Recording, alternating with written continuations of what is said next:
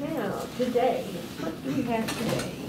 Oh, we have invited Dan to speak again, and he has chosen the intriguing topic, universal patterns and archetypes.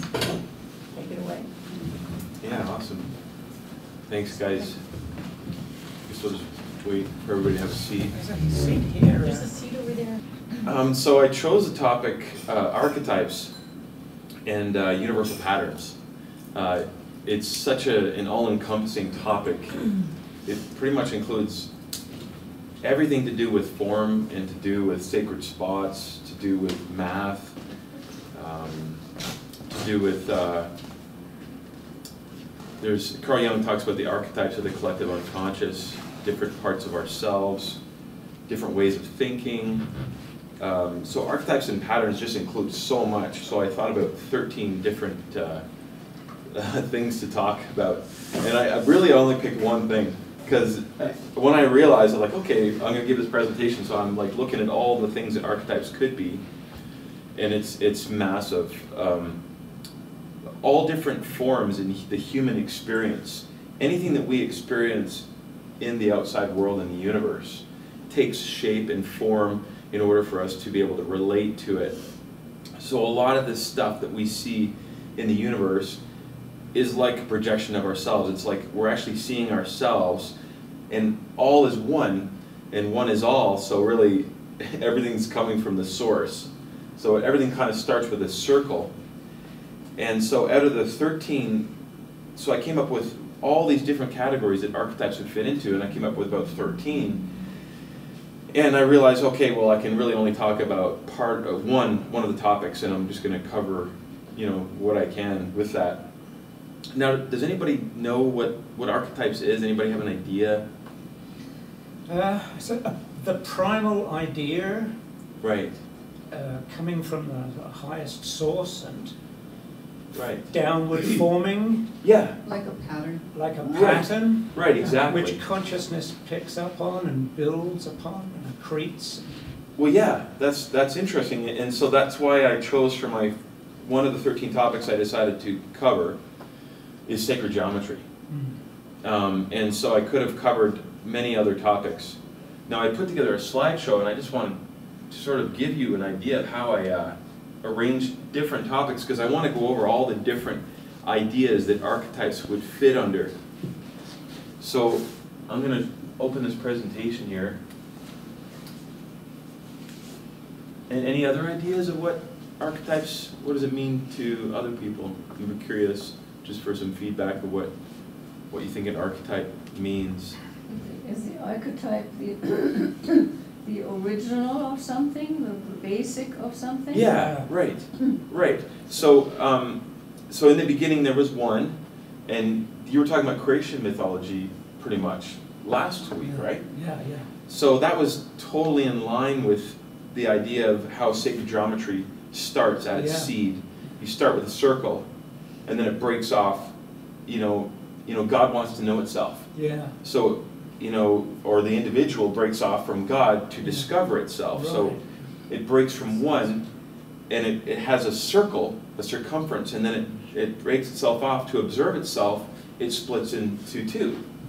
Right. And then you have two circles, and they're kind of intersected, and you've got the Vesica Pisces, or like the Stargate, the original duality of the opposites, like male-female. And I'm going to go through all of these seeds of life and the flower of life, because these are the building blocks that I see. But once you have duality, you have two. You got opposites. You got male and female, night and day, winter, summer, night and dark, negative, positive, yin and yang. So we have these opposites. So maybe those are the two primordial archetypes, is male, female. And then you can split those again into, you can go from two circles to three, and you have the Trinity. So, the Trinity, the Holy Trinity, that's another way of branching off from two into three. And then eventually you can create what you would call like the seed of life. So I'm going to go through all that. And so what I want to show you first, I think I'll just try to start my slideshow from the beginning. So I want to talk about universal patterns and archetypes So it's what I came up with is it's an anthropocentrically divided system of perception of the universe. And I say anthropocentrically because everything we see in the universe is coming from our own perceptions of reality. So we're anthropocentrically, meaning from human consciousness projecting into the outside world and seeing our reflection.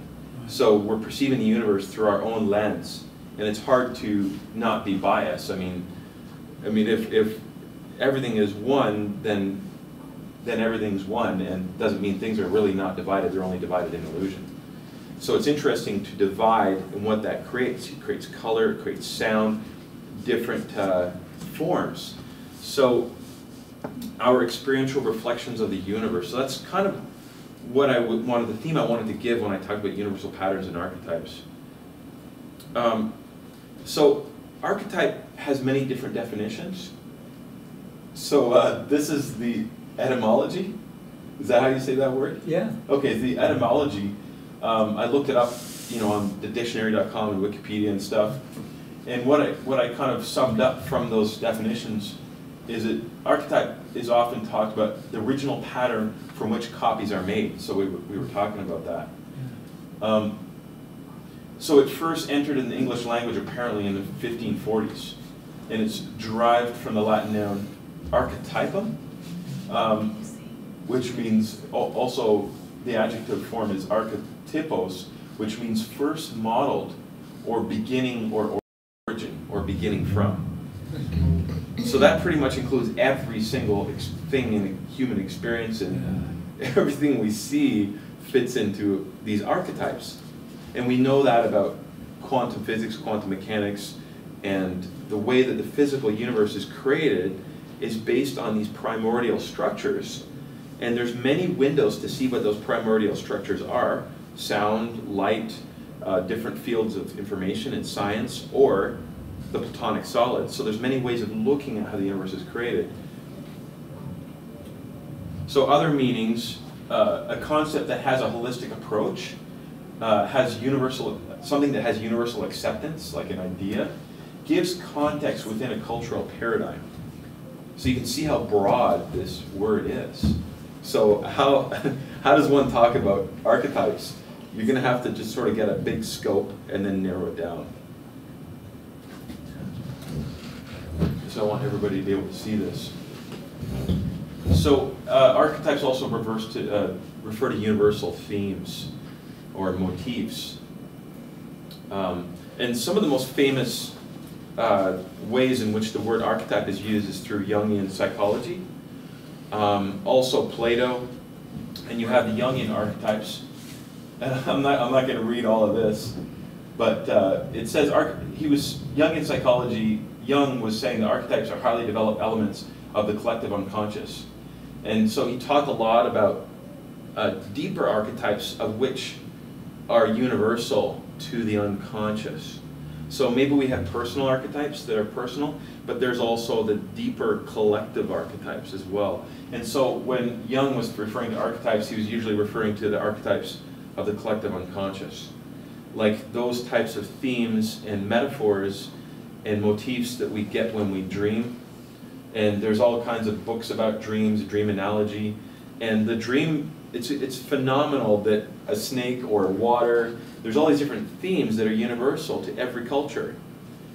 And Joseph Campbell looked at a lot of these, he called them motifs as well, these themes that run throughout history and throughout time, and different civilizations have these same base archetypes. And it's interesting because water, fire, air, and earth, the elements, so they are very strong archetypes. Whereas the animal archetypes too, right? You've got the snake, you've got rat, and if you look at the Chinese calendar, they break up the 4 major archetypes, right? Like fire, air, earth, and water? Or is there 5? And metal. And metal, right. So different cultures have slightly different meanings, and sometimes it's ether, right? Which means the field or the flux field might mean a circle. But yeah, then there's the main archetypes in the Chinese calendar, and then you have the sub-archetypes, I guess you could call them, like the animals, like the snake, the rat, the dog, which all have different meanings as well. Any comments on that? You forgot the monkey. The monkey? Oh, is there, I'm sure there's tons. Oh, yeah. The It's eagle? 12. Okay, they broke them to 12, but Yeah. those 12 probably break up into another 12. Yeah. Right? Could be. And 144 is a very common archetype, and also 144,000 shows up in many cultures around the world. There's 144,000. But we can talk about some of that. Yeah, you want to say something? Just that it's mind-boggling to think how many combinations of archetypes we each are in our superconscious as well as in our unconscious and conscious. Yes. And so no wonder our human psyche is so complex and Yes. it needs to smooth out. It's amazing. There's a lot going on there. It's amazing. And I know certain people look like certain animals, and it's really obvious. You know, like there's certain people that look like a cat, like everybody agrees that person looks like a cat, right? So they've got that morphic field that they've shipped into as well. Yeah, there's a system that classifies the human archetypes by way of like the warrior and the slave and the observer and the empress, Right. joker. Yes. You know, and So you have the 22 major arcana type archetypes there's as the well. logician and yeah, I can't remember all of them, I guess, offhand, but basically it's taking those kind of forms. Right. There's the Enneagram as Sorry. well. Yeah. I always have a question about the snake. Why is the snake so popular in everything? Well, certainly its power is It's the there. healer. The snake is the healer. Why? What? The snake represents the healer. The healer. Certainly in Western medicine. Yeah, in Western medicine, that's what And it then is. also, But not only that, but all Yes. kinds of other things. It also represents that's only why the the life force snake? energy and the kundalini. Oh, it just. It represents transformation. The snake Yeah. sheds its skin, right? Oh, right, yeah. Like the moon sheds its shadow, apparently. Same. There's a relation between the snake and Oh, the yeah. moon also. Oh, yeah. But then the snake also represents in many cultures, you know, taking things into your own hand, like the snake told Eve to eat the fruit and stuff, right? Yeah, all of that. So the snake was considered evil, Yeah. but I think it also represents the birth into the tree of knowledge. It represents so many things. Wisdom. Yeah, Wisdom, yeah, right, there you exactly. go, the tree of knowledge. So Yeah. it has so many meanings. Yeah, So yeah. that's a very strong archetype as far as animal, Also, And you- also could be used as an anti-serum, right? anti-serum. Anti-serum? Yeah. Serum. Anti-serum. What? Yeah. The Like serum. you get a snake bite. Yeah, snake bite, right. Yeah. And then you have that, you go to the hospital and they give you that. Right. Or like a shaman, you get bit on purpose so that you can become one with the poison and you get transformed. Oh. Sort of like, That's right. that's another way of thinking about it, I guess. Well, shedding the skin, that makes a lot of sense to me, but there are so many other animals that have also poison and this and that and so on, so why the snake? Yeah, I don't know, there's a lot you can say about the snake. Every animal has Yeah. like tremendous, like individual powers and associations. Yeah, Every exactly. single animal in the Attributes. animal kingdom. Yeah. So we've got these animal archetypes, but there's also sub-influences, and I think astrology is clearly a really good tool to represent, as a metaphor, some of the ways that we can perceive ourselves and the challenges that we would have in this dimension. So people are influenced by different planets, because different planets have different meanings, right? So Jupiter is an archetype, all the planets are archetype, the sun is an archetype. You know, and then we can go further on and we start looking at stars and seeing how they are also archetypes. So you have the archangel level archetypes, you have different civilizations as archetypes. So it just goes on and on and on.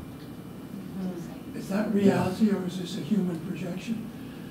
It's a projection. Well, I would say that's both, right? Like, what is reality? The physical. It's a reflection of the original. Is all this? Is this reality? Is this solid?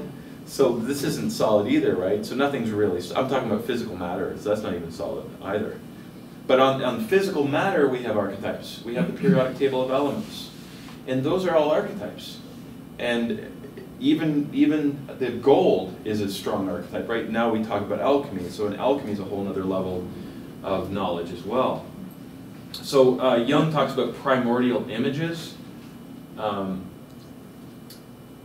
there's so much, and then Plato also talked about archetypes as mental forms that were imprinted in the soul before we incarnated into the world. That's just one way of looking at it. The collective being, they embody the fundamental characteristics of a thing rather than a specific peculiarities. I'm not sure what they're talking about there. I thought I knew what I was talking about there, but now I don't remember. Does anybody understand that? Well, on some level, I'm sure we all do. Okay, let's just go forward. Go on. Archetypal psychology. So psychology is often used, archetypes are often used in the field of psychology, usually related to Jung, but not just Jung, many others as well. There's many books written about, archetypes. So archetypal psychology likens itself to polytheistic mythology in that it attempts to recognize the myriad of fantasies and myths, gods, goddesses, demigods, mortals, and animals that shape and are shaped by the psychological lives. So that's another way of looking at archetypes. So I want to get into the universal patterns and archetypes, and I kind of categorize them into 13 different ways. And I thought, well, 13 is a good number anyway, and it's also, the fruit of life. Does everybody recognize this symbol here? So that comes from the flower of life, and it's like one of the strongest symbols. So we have to break archetypes into different categories in order to talk about each one individually. So we talk about the global perspective, and like I said, I wanted to just focus on one. We're going to talk about each of the 13 first, but then we're going to focus on sacred geometry, because that's really exciting. And I think that's something that's easy to relate to, rather than alchemy. Alchemy can get a little more complex. We're talking about archangels. You talked about archangels. And that's another way of looking at forms and ways of relating to ourselves and to the universe. Can Yeah. I just had a thought. Dr. David Hawkins. Right. He actually calibrates all these archetypes. Yes. He calibrates the consciousness.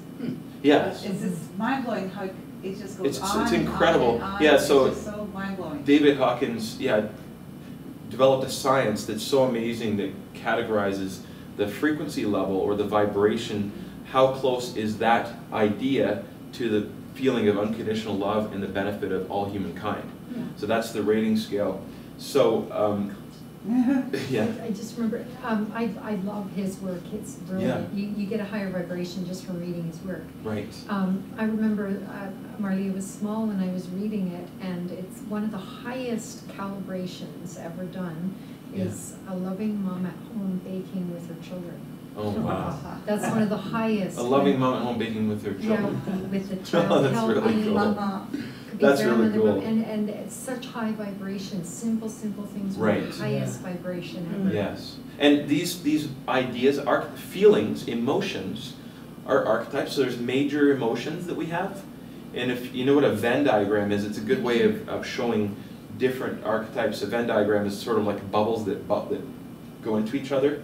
So you have the major, you got anger, you have frustration, you have pain, sorrow.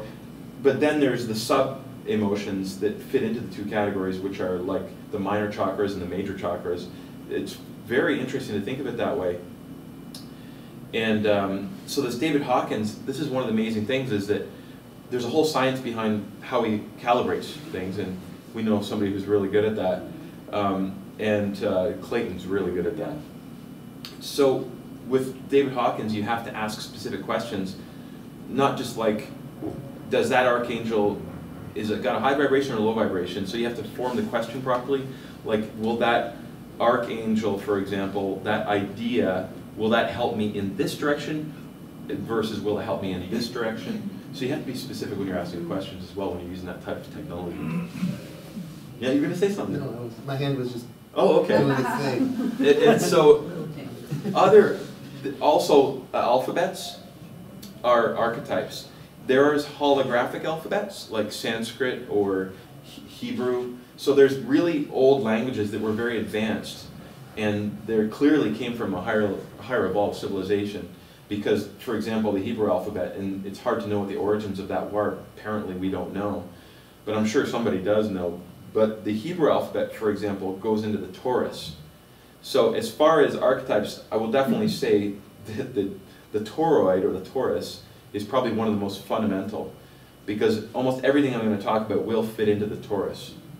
You want Also. to explain the Taurus? Does everybody know what that means? Yeah, well, I'm gonna explain the Taurus, and after we go through all these major different sets of archetypes. These are the different categories I came up with. So these are just systems or categories that have subsets of archetypes. And so sacred geometry at the very top there. So we can talk about different forms like the flower of life, the platonic solids, the vector equilibrium, the torus. There's all of these different shapes that affect consciousness. They affect the human aura, they affect the heart, they affect planetary systems, they affect weather, they affect language. This is really interesting. They affect harmonics. So we've got sacred geometry, and then we have biological systems of archetypes, which would be the animals, the sound and light.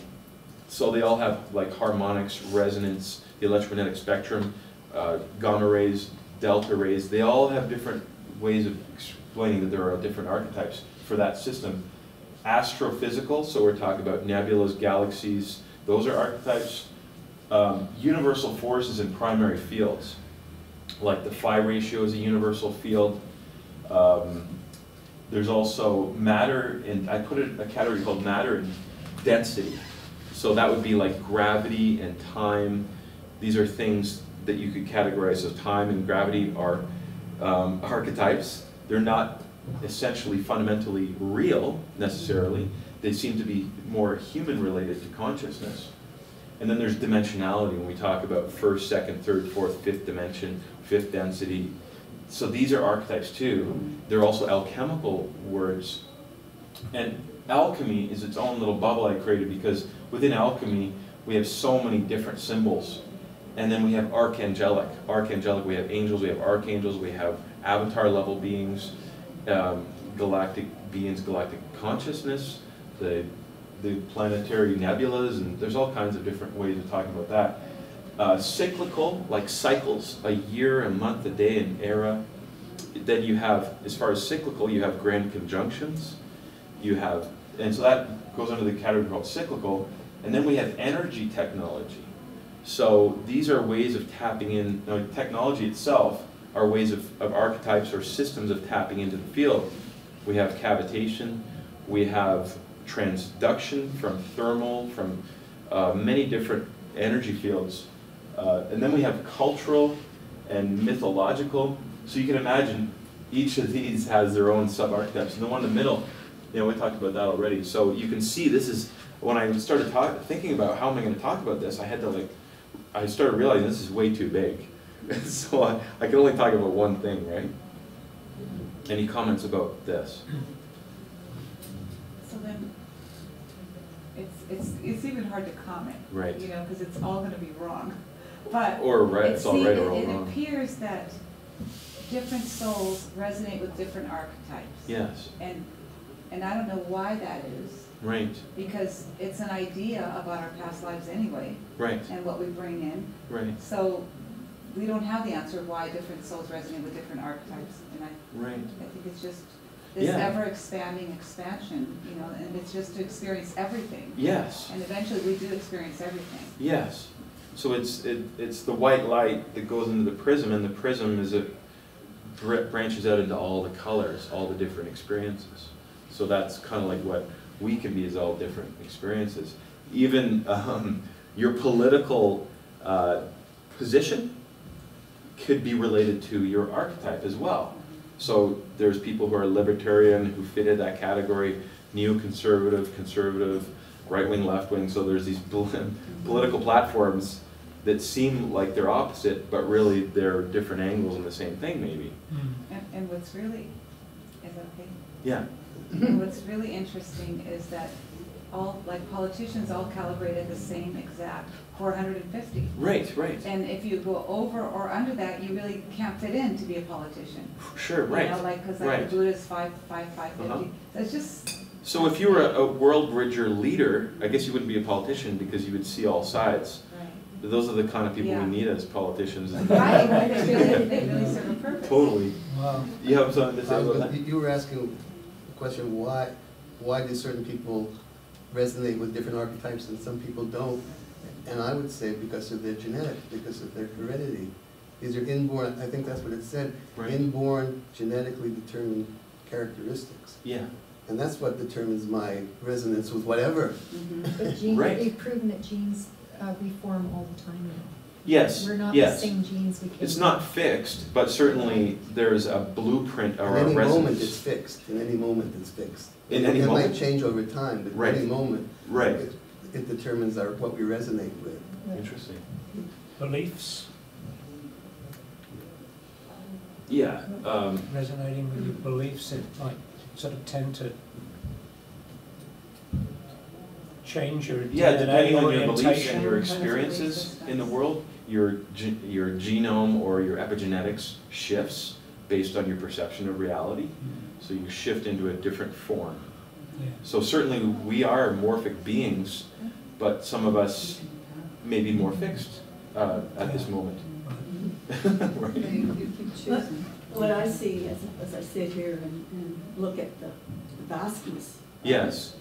And I'm seeing, okay, we're looking at the meaning we've given to the all that is. And in the Course in Miracles, it says that when we had the thought of separation, that we're actually now, it was just a tick of time with the thought of separation, and that now we're actually at the end of time looking back on what was in that tick of time. So it's already created in that tick of time, but we are compelled to put meaning on all things. So that's what we did. We put meaning on everything, and it's actually over, and Right. there will come a time when we awaken from the thought of separation. And, Right. But right now, we're in a place where we're actually examining the all that is, and still looking at all the meaning that we assigned it in the first place. Right. So it Yeah. was over already. It's already done. Yeah. And yet there's an echo. It's still being reflected. We're still in a more dense form to make sense out of what's going on. Right. We believe that we're locked. Yeah. Right. So that's really interesting. I also noticed that this fits into material. I noticed that we have societal consciousness, alchemy, material. I don't know how to fit that into this big circle, but I noticed that consciousness connects with all these different fields, and so does material, and alchemical, and societal. So I'm going to go through the 13 that I came up with. And so this is the one I am going to talk about, but I'm going to go through all 13. Sacred geometrical archetypes. So the math of God, there's so many different languages of God or form, like the Enneagram, and so we've got the flower of life, the platonic solids, the vector equilibrium, the torus, fractal entity, DNA. So I'm just going to go through these quickly, and then I'll talk about this more. Universal forces and primary fields like phi and the Fibonacci ratios that determine how all nature and all life collapses into the physical universe. The toroidal field connects with this as well. Then there's something called the primer fields, which is based on the torus, which shapes galaxies and nebulas. It's one of the other forces that brings items into material existence. I don't know another way to say that. Biological. So we have morphogenetic archetypes, biological kingdoms, animal kingdoms, bipedal humanoid form archetypes. This also connects with sound because we know that certain sounds will recreate the human vertebrae. Bipedalism has been shown in many experiments to be a universal field of force, just like a crystal is. Morphogenesis, which is like when a cocoon turns into a butterfly. Those are also archetypes for everything else in this existence. Sound and light, cymatics, harmony, music, sympathetic resonance, electromagnetism, Prismic, where a prism breaks things into different spectrums. Dimensionality, I talked about that. Consciousness levels, dimensions, densities. Astrophysical, so galaxies, nebulas, solar, planetary, atmospheric levels within a planet. Lunar, so a lot of planets have moons and they represent something as well. Matter, density, I had to put that in the same category, matter and density, like gravity, time, elements, the periodic table, gas, liquid, solid, crystallinity. So that all fits into the archetypes of matter. Archangelic, like avatars, archangels, ascended masters, and deities. Alchemical, the major arcana, states of consciousness, spiritual processes. So each one of these, clearly, you could spend hours talking. There's books written about each subject, obviously here. Cyclical archetypes, grand cycles, conjunctions, ages, wheels within wheels, seasons. So that all fits into that category. Mythological archetypes of the collective unconscious, dreams, emotional states. And we have cultural. And we have languages. So different languages represent different philosophies in relating to the world. Cultures, galactic beings, information fields. So, and this is the last one, 13. How does galactic beings? Well, because different beings, the idea of different beings like Lemurians, the Palladians, the Lyrians, all these different cultures have a different tone or a vibration. Oh, I see. So they really because they have their cultures, I get it. Yeah, so they have cultures, so Oh, they have their why different didn't it fit archetypes. in the other one then? Well, they do But- too. okay. So this is the thing about all of these, they all fit into each other. Yeah. So there's got to be some way of creating a three-dimensional, four-dimensional computer model where it shows how all these are connected to each other. So I'm sure there's some software that can do that. And then 13, energy technologies. So free energy devices is an example. So free energy is something that's completely natural. And when we meditate and we tune in, we become tuned into different frequencies, and that can give us energy.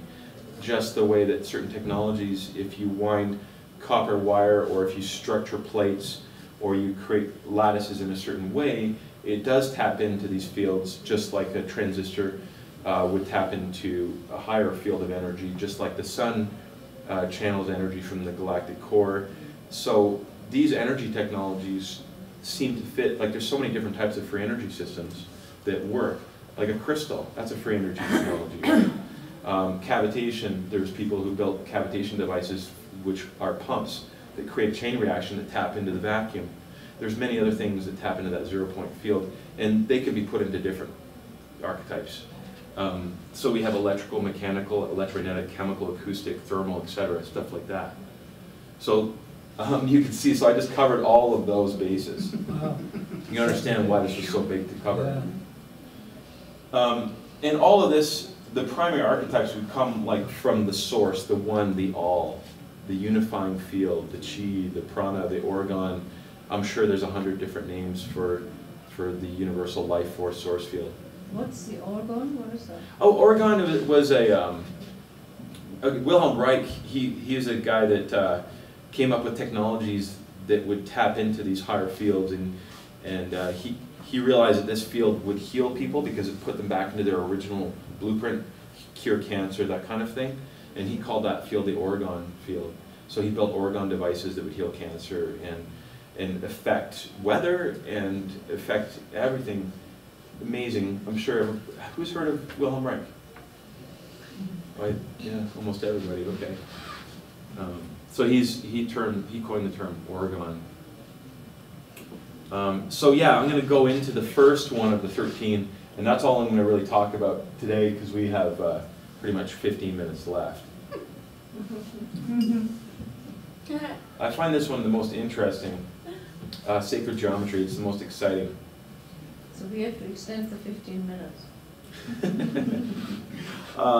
Yeah, we can do that.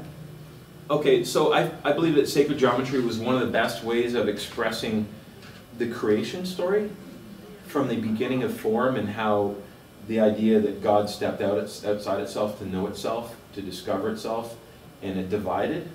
So one of the ways to represent that is the circle, the original spirit, the all, the one, or the source field. So the universe started with unity and moved outwards. Unity split into duality, male and female. So this is a good archetype right here where it splits into two. So from nothingness, God moved, then God made light. Now, this is really neat because I know that this is in a lot of creation myths, including Genesis, where it describes this process quite well, the division. Yes? It also happens immediately when an egg is fertilized by the cooperative sperm. Well, that's exactly right. And so, cooperating, and then boom, two, just like you're saying. right, exactly. So every form comes into the universe through this method, in biology, in all kinds of different fields. So yeah, mitosis is the same thing, like a cell divides and it branches into two, or there's examples of that. So this is, I believe, from Revelations. Anybody recognize this? And the earth was without form and void, and darkness was upon the face of the deep. Did you mention that? Yeah, I used that last week. Yeah, that's right. You said that last week, that I found this. And the Spirit of God moved upon the face of the waters, and God said, "Let there be light," and there was light, right? And so then you have the division. And the Vesica Pisces, you have relativity. You've got the male and the female. You've got the dividing. And in the middle, beyond duality, is the Stargate, the Vesica Pisces. That's the source, the light. This relates to Phi and Fibonacci. It relates to almost everything. And then you can see, if I go to the next slide, this is the all-seeing eye. It's one way. You know, CBC has this logo. A lot of big corporations use this logo. They took it. Of course, most of the big corporations use the sacred geometry for their logos, like Shell, Chevron, Exxon. You can imagine all these big corporations using this, the all-seeing eye. Target. The target? Right, exactly. Now you can see, when you do the Vesica Pisces within itself multiple times, you see the retina, the pupae, like the pupil, the whole form of the human eye is based on this geometry. So then it divides again, right? So then you have 3, and that's called the Genesis pattern. So this is the beginning of Genesis, the second day. So there's 6 days. God built the world in 6 days. So there's one.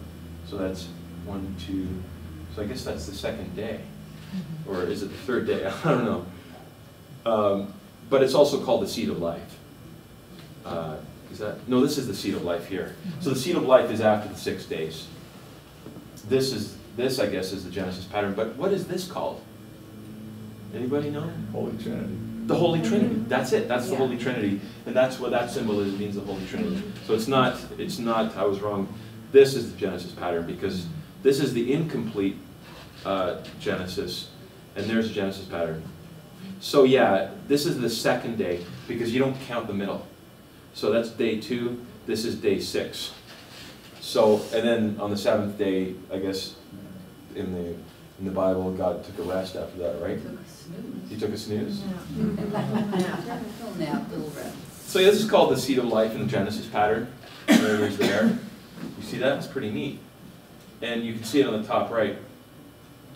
Yeah, the 6th day of Genesis, in the beginning there were 6, or the world was created in 6 days. The beginning of the creation of the universe, the creation of spirit. So this has many names. I'm sure that we could come up with 100 names for that alone throughout cultures around the world.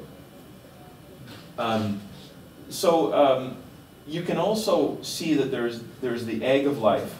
When you see that, instead of in 2 dimensions, you see it in 3 dimensions. And the egg of life, all of this will then create the flower of life. We'll get into that. We can talk about that. But if you repeated that pattern from the Genesis symbol and you put circles all around the outside, then you're starting to get the tree of life pattern, which is one of the universal patterns that creates the torus, that pretty much creates everything in form in this universe. And there's also something, I can't remember how many, but if you do the same size circles, it's always the same number of circles that fit around another circle. I think it's 7.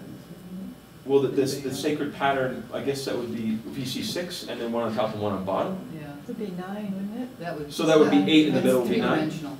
Yeah. Yeah. And yeah, so But it's always the same, if they're all the same size, it's always the same number. yeah, exactly. Like if It's you always the are same number. you're a kid and you blow bubbles, and all the bubbles are the same size, it'll form into that pattern. If you were to blow Right. like 9 bubbles, and then it would go right into that pattern, Also, right? it looks like fish eggs as well. Fish eggs are the same. You see here, once you see 3 dimensions, then you're seeing the hexagon, right? Because the hexagon, you see it Right. everywhere. You see it, the beehives, like you see it's a hexagonal pattern. When you see dirt dry in the desert, you always see these hexagonal Yeah. cracks. You see that even weather systems, when there's high energy present, weather systems form into hexagonal clouds. This is an interesting phenomenon. A good example is also a place like Saturn, where there's a very high energy vortex coming out of the North Pole. That energy forms all of the vapor into a hexagonal cloud. So there's a lot of examples in that. So you're saying the hexagonal form is male and the... Well, you can... What's male and female? So what I'm saying here is male and female. When you look at this pattern, the female form would be this, because it's circles. The male form would be the cube. The cube is represented by drawing the centers of all those spheres together. I was trying to figure that out too. Yes. So, I mean, you're talking about straight lines. The cube, from this dimension, represents the absolute male principle, whereas the circles then represent the female principle. So there you have, in this egg of life, you have the female and the male, right? So then you can see on the next slide exactly what you were talking about, which is the birth. So the mitosis, how we divide. This is every being that comes into existence has to go through this splitting process until it eventually creates the humanoid form. How is that different from the Fibonacci principle? How does that go together, those two? Fibonacci and the flower of life. Okay, they go together in many ways. When you look at the flower of life, it's called different things. It's also called a cell, major cell. This is the cell membrane here. But if you follow the Fibonacci sequence, it fits within this, on this dimension and on 3 dimensions. It's easier to see it on 3 dimensions. Well, we have to sort of advance the slides because it's a lot to talk about. But going from this form into the toroidal field, that toroidal field also creates spin, because we're looking at static images here still. But there's also a spin force that comes from this. That spin force is part of the toroidal field that emanates from this field. And that has a Fibonacci sequence that radiates out of the North Pole and South Pole. We see it in astrophysics with Hubble Space Telescope. You can look at galaxies, you look at the North Pole. High energy discharges always come out in the Fibonacci sequence. So a Fibonacci sequence is one of the fundamental patterns how energy flows. It connects to many, many other things, and we'll look at that too. The way that things grow, they grow in the Fibonacci pattern. Yeah. Our hands grow in the Fibonacci sequence. The way that our digits, this compared to this finger, compared to this, compared to this. So all the ratios in nature follow the Fibonacci or the phi ratio. There it is again, flower of life. You can see here the splitting process again, and then you can see what you were talking about, how the cell splits, divides, divides, divides, and then it will be an embryo after that. So this flower of life, and then we have, this is called the fruit of life, where you take out the other circles. So the fruit of life is an example of a building block called the fruit. It's like a building block for all the platonic solids. So this is where we're going to start talking about platonic solids, how they're created from this form. It's considered one of the most sacred symbols in cultures around the world. They found the flower of life in 12 cultures around the world. And you know, in the Vatican, they have that demon that's standing on the flower of life. I don't know if anybody's ever seen that picture. You've seen that? So the Vatican, all around, all the sacred geometry around the Vatican, a lot of the secret society temples around the world have the flower of life, you know, either sculpted or embedded in the stone. Being guarded by demon. Yeah. So there's the fruit of life again in a clean form. It relates to many things, many different processes. The fruit of life has been used as an archetypal symbol to represent many fields of information. Now, with the fruit of life, when you connect all of the centers, in the masculine form, you have Metatron's cube, and the fruit of life is the female version of like the Metatron cube. So Metatron cube is also synonymous with the aura, or the human energy field. The Metatron field spins, and this has also been called in ancient cultures, like the Vedic cultures, the light vehicle of ascension. Very directly related to the star tetrahedron, they are the same. They're synonymous with each other. The star tetrahedron is the main form, and the Metatron cube shows more subtle angles that are part of that structure. Is anybody familiar with the Metatron cube? Yeah. And this may be off topic, Yeah. and if it is, Right. we can maybe answer it Yeah. later. But I know that, like the Archangel archetype of Right. Metatron, actually that's an Well, Metatron is an Archangel, yeah, Ascended Master, yeah. the Ascended Master, I think. Right. Yeah. Is Yeah. associated with Metatron's cube. Right. Right? Right. So Metatron is the master of technology. Because, Right. yeah, Okay. because that's good, because that's what's interesting about Archangels is Yeah.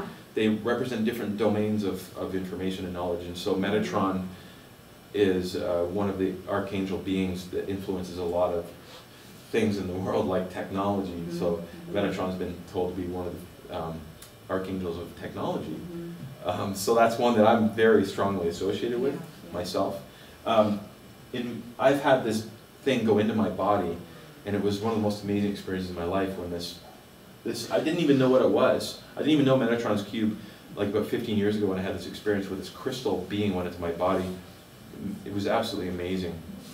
But I found out it was the Metatron cube spinning in the core of my being. It was like, wow, what a magical experience that was. Has anybody had anything similar to that? I've talked to people who've had that experience too, so it's a common experience people have, this Metatron activation of the star tetrahedron. I've seen it in different clients. Yeah, I've you've seen it in happen clients, when yeah. Not every person, but Yeah. if they're high vibration, I've seen things like that come in and replace other things that left. So from the Metatron's cube, or this form here, the fruit of life, it's the same thing, one's male, one's female, you get the 5 platonic solids. So the 5 platonic solids, all the faces are the same, all of the points, all of the edges basically touch the sphere, so that there's like 4 different things that determine what a platonic solid is, but I'm going to keep moving forward. This is it's fun to look at the images anyway. Like, it doesn't matter if you know what it means, it's like, it's really interesting because these are building blocks of life. Just looking at them help you to... Just looking at them affects your Resonate. consciousness, Yes. which is so incredible. I have a crop circle card deck here, and the crop circles fit into these platonic solids. So when you look at these crop circles for a long time, definitely notice that it changes your energy field. It's so amazing. You close your eyes, you can see these images, and seeing those images affects your unconscious to the point where it actually enhances your energy field, or at least it does mine. So the platonic solids can fit into the different forms of matter: energy, water, earth, air, fire, void, so the elements. So in alchemy, the platonic solids have very specific meanings to do, and many researchers discovered that all the elements in the periodic table fit into those 5 platonic solids. Pretty much everything does, and these platonic solids can transform from one to another. Each can transform into each other. So you can look up on YouTube how they transform, and there's combinations. Like when you look at crystals and the way stones grow, the way crystals grow, they fit into these categories. And also, there's different subsets of these that, so there's the platonic solids again. There's the example of how the Metatron's cube creates the platonic solids. Then there's here's some Neolithic stones. I mean, these Neolithic stones and these types of forms everywhere around the world to ancient history. So they're obviously very sacred to a lot of the Neolithic people. It's amazing they were able to create those. It's pretty cool. And then there's other shapes that are transformational, and where you snub and you stellate the edges. And there's the second level beyond the Platonic solids called the Archimedean solids, regular polyhedron, and then there's the opposite, what they call the Catalan solids, or there's lots of, it goes on and on. You can imagine how complex this gets. The third level formations that come from that are these called the Johnson solids. There's 92 stellation forms. So when you say solids relating to matter. Yeah, so these relate directly back to the Platonic solids. They just get snubbed or stellated, whereas stellation means that you take a flat plane and you put a star on it, which is the same dimension as the distance between the two vertices. Yeah, you got to study. We're studying. It's kind of interesting. And then this is one of those stellated dodecahedrons that appears all around the world. This one's in inlaid panel on the floor of St. Mark's Basilica in Italy from the 15th century. It has a lot of, that was channeled. Yeah, pretty much, exactly. No kidding. So there's Metatron's cube, or the star tetrahedron, spinning, activating the light body. It's another way of looking at it with a male and a female, very colorful image. This is a beautiful image that shows when the Metatron's cube spins, it creates the torus here. So this is an example of the torus with the star tetrahedron, and the torus eventually is one of the forms that gives you the template for all of the physical universe. Of course, we could go into that for a long time, just learning about that. That's just fun looking at these images. Any comments about any of this? Am I blowing your mind yet? Yeah, I think so, yeah. People try to understand this stuff, but you don't have to understand it. I hear it through sound. Now, all of these Platonic solids can also form through cymatics. And especially the English Yes. is interrupting it for me. Oh, for sure. So that's why you gotta not need to understand it. That's right. Yeah, I notice we come from a culture that's inherently still masculine, trying to figure it out. You don't need to figure it out, you just need to look at the images, really. I could talk about all of what this means, but don't worry about understanding it. Right? Yeah, it feels good to just see it. Like sometimes when I'm closing my eyes at night, if I've been praying or meditating or whatever, I see all the geometries dancing in different colors. Right. And they always, it's always coherent. It never breaks. It changes patterns, Yes. changes colors, but it never interrupts itself. Just morphs from one thing to Yeah, that's another. right. It never interrupts. So that's, Yes. and I don't feel like I need to understand it. No, you don't need to understand that, because that would be complex geometry that the human mind couldn't Well, understand. it shuts it off the second you're thinking about it. Well, yeah, you don't need to understand it. You just experiencing is way better than trying to logically understand something. Yeah, and the only other thing is that torus the torus is incredible, and it's good to see more images of it because I think Yes. it helps us. I definitely work within huge, my torus and the client's torus, and then there's a healing torus in the room, and it's just really palpable. It's very powerful. Yeah. And the torus encapsulates all these forms. Clean and beautiful. All these forms eventually are in the torus, and the Hebrew alphabet is one of these alphabets that's fractal and holographic, and every letter in the Hebrew alphabet fits on the torus as a line. So, well, yeah, that's what's amazing with the Hebrew alphabet. There's researchers just talk about the Hebrew alphabet and how it's related to the torus, and each of the Hebrew alphabet letters, how they move, how a straight line, a torus, is a hyperform. It's actually beyond 3 dimensions. It's multidimensional. And when you see a straight line on a torus, it curves. If you were to draw a straight line on a torus, it could go this way and around like this, or it can go like this. And then you can see these strange forms that form all the letters in the Hebrew alphabet. And all the letters in the Hebrew alphabet represent archetypes. They represent feelings and emotions and forms of being. Wow. So you don't need to understand all the letters of the alphabet, but each letter of the alphabet is a state of being. And there's people around here who've studied that, and you give great, like I know Joseph Mark, he could talk about all the letters and how they relate to energy. He's pretty studied with with that. It's really interesting. I used to be a Jehovah's Witness, and I would always refer to Yahweh. Yahweh? Yeah, until I was 21 years old. Right. And I remember, like, when I would say that word, you know, Yahweh, Yes. as opposed to Jehovah. Right. I would use it, Yah. I would feel frequencies Wow. activating in my body. And I was a young girl. That's amazing. You know, and I was very empathic. I didn't know what was going on. Wow. But even when I wrote it, or when I looked at it, you know, just JHWH, Right. those Hebrew words, it was very activating. That's amazing. I'd So, love to hear a talk just on that. yeah, so the energy vector that moves on the torus creates the Hebrew alphabet, but each of the letters represents a sound and an emotion and a feeling too. Yeah, but how does that go for other alphabets? Well, there are other alphabets that are sacred in the sense that they're holographic. Aramaic, exactly. That's another one. Yeah. And what the Hindu, what about that one? Sanskrit. Yeah, Sanskrit is one. Yeah, exactly. So there are, and then there's also the Hopi alphabet too, and so yeah.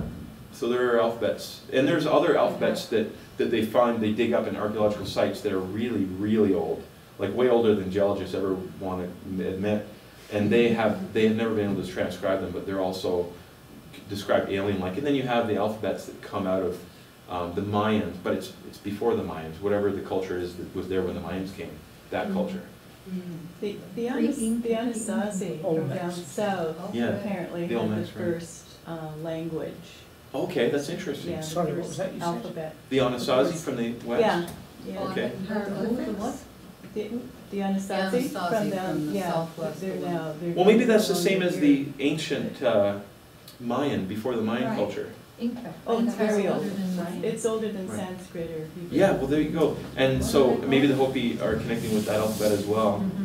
I don't know. Well, because they have how they in their Well, it's their Prophecies. ancestors. yeah, their ancestors. They got it from their ancestors, the brothers of light. They call them the brothers of light. You don't want to say white brotherhood yet. People are still don't like that, but What are they called?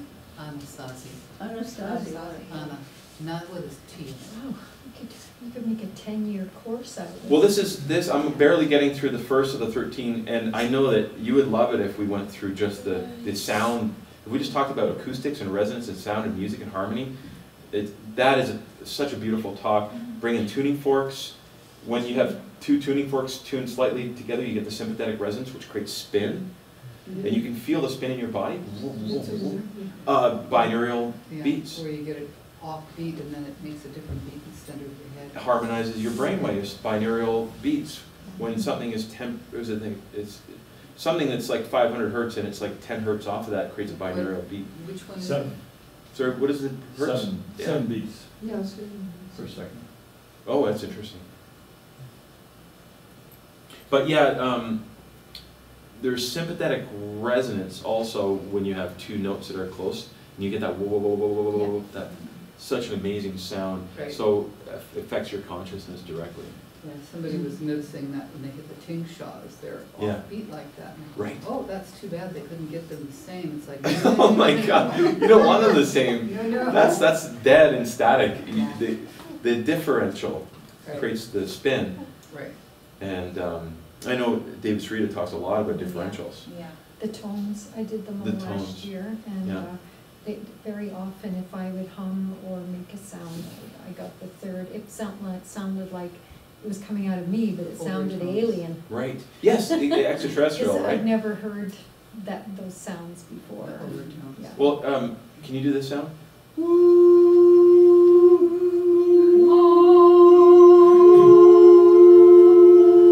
Try a higher one. And harmonic, it has to be harmonic.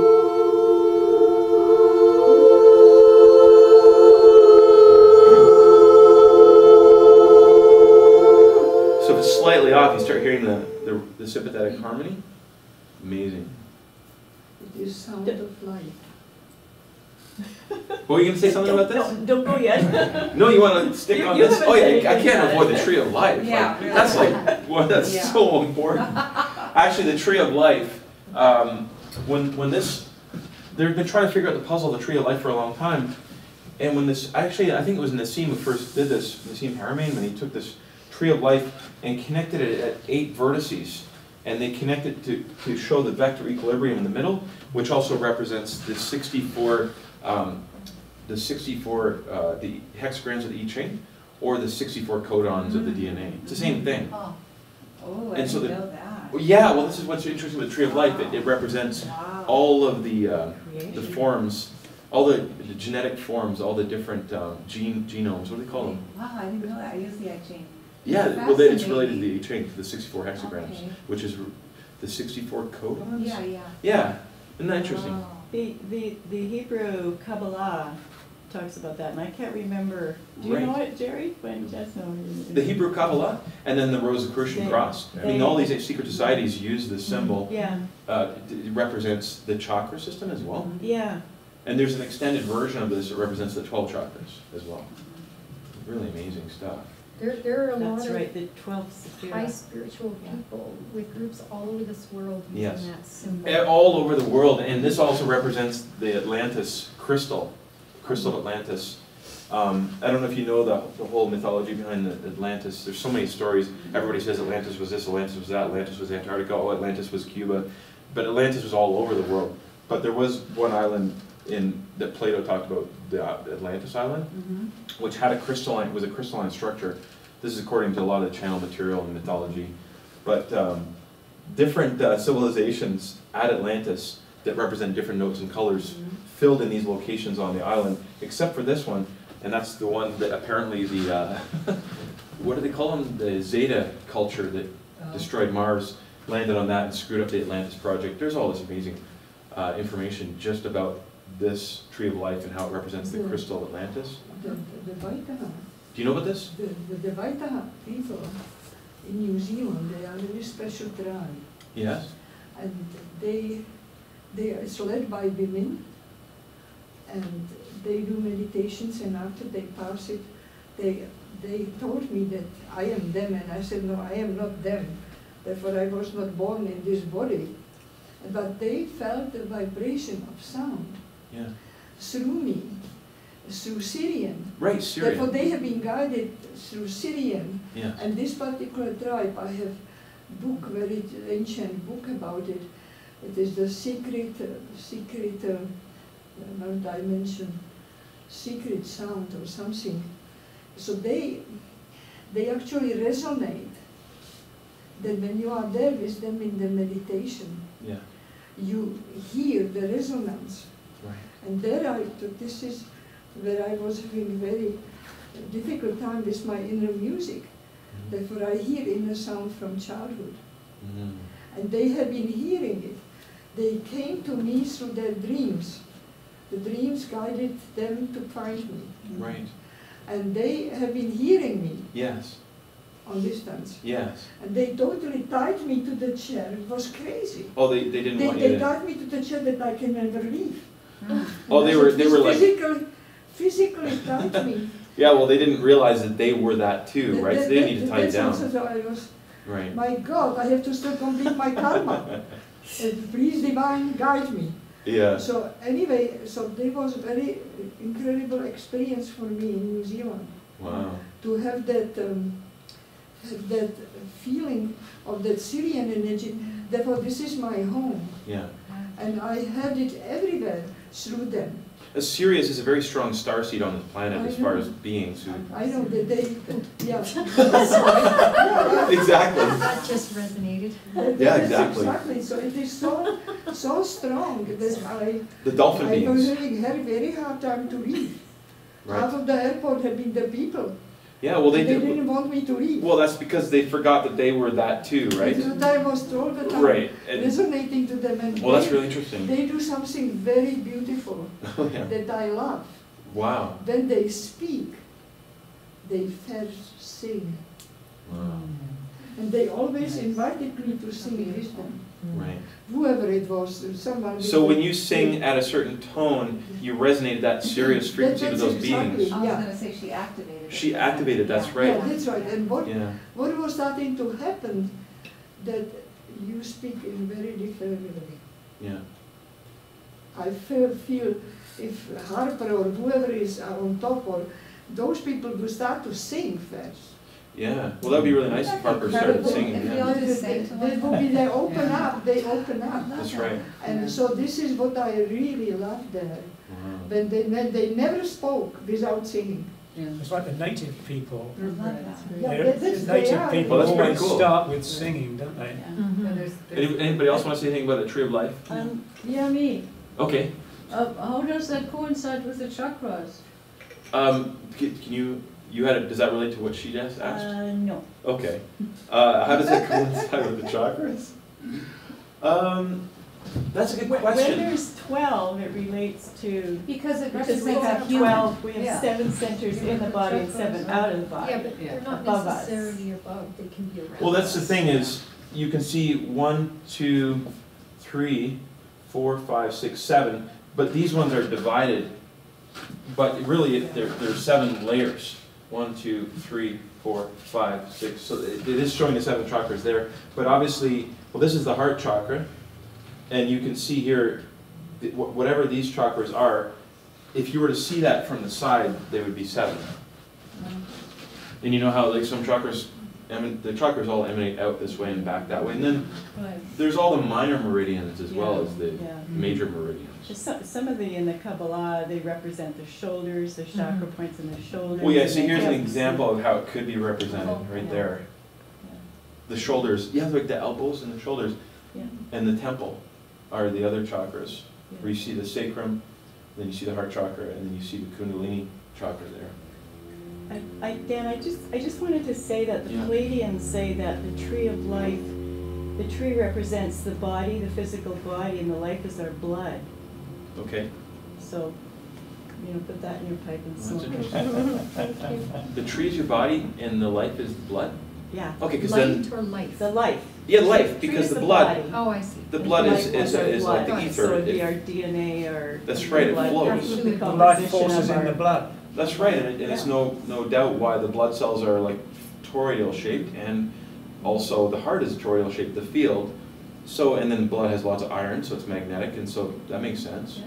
All the fluids of the body, including blood, are Yeah. the same as what you're saying. Right. Because we're many different fluids. We are many different cerebral, fluids. spinal. And there's the fluids that we don't see that we need instruments like the EEG or the squid to see, and those are the what people call the biophoton energy field, the mirror neuron field. So there's all those fields as well. There are types of fluids, they call it ectoplasm. It's been known by many names. Cerebral spinal fluid is the most powerful fluid in our body. Wow. So I'm just going to go through the rest of the pictures here because the torus would be the one we could end with. But here's an example of, well, here's major fields created from the flower of life. The torus, the vector equilibrium, the platonic solids, the enneagram, the Metatron's cube, star tetrahedron. But the torus creates a field that then affects the northern pole of Saturn. You can see it becomes hexagonal. So the hexagon is embedded with the vector equilibrium into the toroidal field. It's all connected. I mean, let's see, there's another picture of it.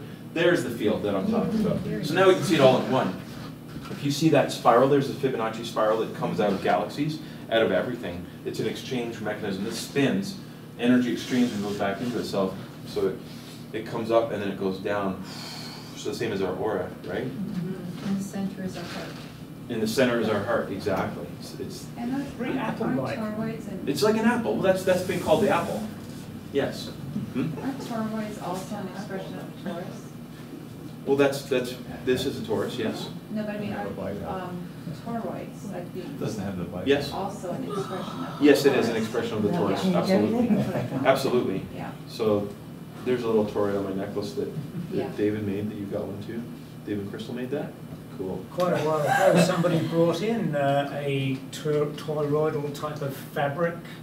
A fabric. Right. Oh, yeah, that rolls. There's Taurus. these also. Whose was it? Was it yours, Ellie? No, it was... You know, you could roll it. Yeah, here it we was are. fascinating. Schumann. This is like a, see, people are creating these over Unity devices that power little LEDs. You see this? Yeah. Well, I mean, people are following the same toroidal field. There's this guy, Marco Rodin, who uses this, and he's figured out the pattern of how electrons like to flow. And if you actually put copper wire in the pattern that electrons flow in, it creates an over unity. Wow. And you power little light bulbs and stuff with it, right? Little LEDs. because it's just like an invisible power radio. You ever heard of those? It's basically tapping in the field. If you structure the wires properly, you automatically have a free energy device. And that's how that works. But when you put a whole bunch together, then yeah, you constructively... You got yourself a car. Well, yeah, you could have. Well, maybe, if you did it right. Actually, that's what the Searle effect generator is. It's really a good example of tapping into that 0-point field. There's different devices that tap into that. Clearly controversial because we live in the age of corporatocracy, so it's a threat. But eventually that stuff will be mainstream. But there's an example. Yeah, what do you have there? Oh, somebody made that for me, and it's basically a harmonic inductor which helps for healing. Hang it around your neck. You plug it into, you can plug it, it inducts on its own, it's really healthy, but you can also plug it into an iPod and generate sounds like that David makes. So these you can pass that around if you want. Yeah, cool. So we're almost done our slideshow. This is the primer fields, which is another way of looking at the female and male aspect of the toroidal field, which really is one of the best examples that shows the structure of almost everything in our universe, galaxies and nebulas. Bo, you talked about primer fields. Do you remember this guy who talked about the primer fields? What's his name? I can't remember. He unfortunately died recently, but he has like a 4-hour video just on the primer fields. These two magnetic bowls that you come closer, further and closer, and the way they created the field around them, how the field changes. It's really amazing. I would strongly suggest people go look up primer fields. Another example here, the way the electrons flow in the field. These are other examples of the torus. So.